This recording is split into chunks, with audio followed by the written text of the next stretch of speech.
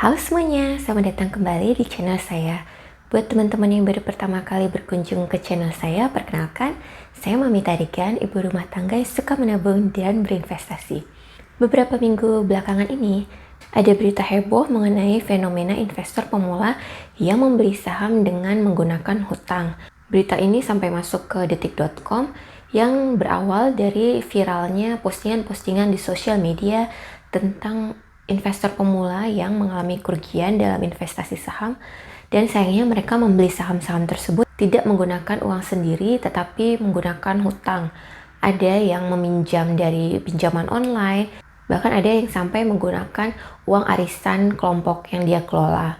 Fenomena ini bisa disebabkan oleh sedang bullish atau hijaunya pasar saham di Indonesia dan seluruh dunia. Jadi banyak orang yang tertarik untuk berinvestasi saham dan merasa FOMO atau fear of missing out. Saya juga dulu waktu pertama kali berinvestasi saham, dalam 1 hingga 2 bulan pertama sering merasakan fear of missing out ini. Ketika harga lagi bagus, saya nggak sabar ingin beli saham tersebut karena takut nanti harganya naik lagi dan saya ketinggalan. Apalagi saat itu pertama kali berinvestasi saham, masih pegang uang yang menurut saya cukup banyak. Subjektif sih ya, banyak itu menurut masing-masing orang. Saat itu saya merasa uang masih lumayan banyak, jadi saya ingin cepet-cepet beli saham yang harganya lagi mulai naik. Dan kemudian ternyata harganya udah tiba di angka maksimum dan kemudian malah koreksi yang cukup dalam. Dan akhirnya saya mesti menunggu berbulan-bulan hingga akhirnya harganya kembali ke harga ketika saya membeli. Dan pada akhirnya saya memang sudah mendapatkan untung. Tapi bayangkan kalau uang untuk membeli saham tersebut berasal dari hutang. Berapa banyak bunga yang harus dibayar ketika menunggu berbulan-bulan harga saham tersebut kembali pulih. Warren Buffett, salah satu investor terkemuka di dunia, pernah mengeluarkan kutipan ini, yang artinya kira-kira stock market atau pasar saham itu adalah sarana untuk memindahkan uang dari orang yang tidak sabar kepada orang yang sabar. Jadi memang faktor psikologis sangat berpengaruh dalam berinvestasi saham. Kalau kita nggak sabar dan berpikir tanpa perhitungan yang tajam, kita malah akan menjadi rugi. Sebenarnya bukan hanya investor pemula yang menggunakan utang untuk membeli saham, seperti contohnya dalam artikel berikut ini. Artikel ini menyatakan beberapa keluarga paling kaya di dunia dan merupakan nasabah UBS meminjam uang dalam jumlah besar untuk membeli saham. Tapi mereka meminjam uang untuk membeli saham ketika market lagi crash di bulan Maret kemarin, yaitu di awal pandemi. Jadi ketika semua orang menjual dengan panik, mereka siap menampung saham-saham tersebut dengan harga yang murah. Dan dalam 2 hingga 3 bulan kemudian, stock market di Amerika Serikat rebound, harga-harganya kembali naik, dan di situ mereka mengambil untung yang sangat-sangat besar. Keuntungan tersebut langsung mereka gunakan untuk membayar hutangnya dan juga digunakan untuk membeli aset-aset lain yang lebih tidak cair seperti properti. Pulihnya atau reboundnya bursa saham di Amerika Serikat tidak hanya disebabkan oleh adanya orang-orang yang membeli dalam jumlah besar seperti keluarga-keluarga paling kaya tersebut, tapi juga karena adanya stimulus yang dibagikan oleh pemerintah Amerika Serikat kepada warganya, sehingga orang menaruh uangnya dalam pasar saham.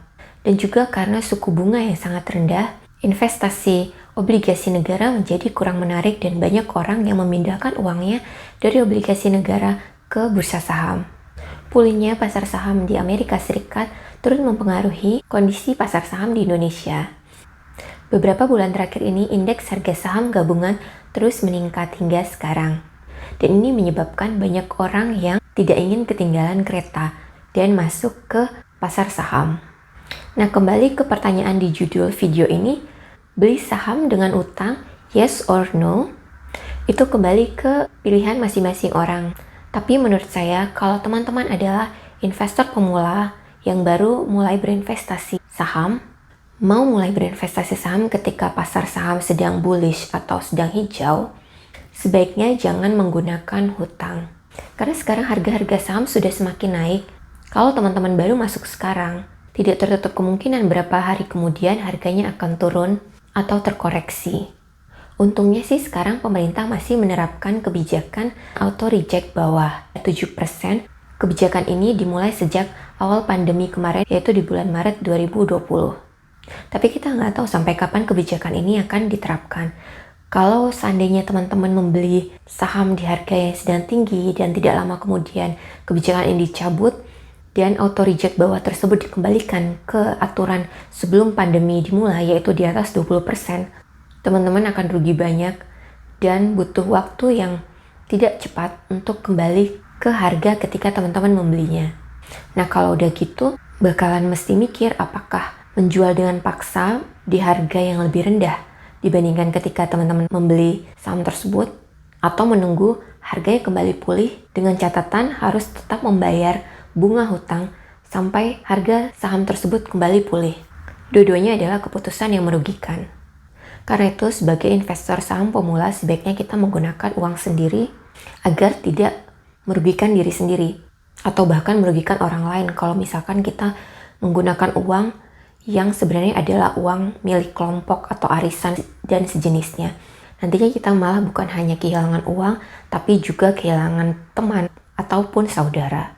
Sekian dulu video saya kali ini, sampai jumpa di video berikutnya.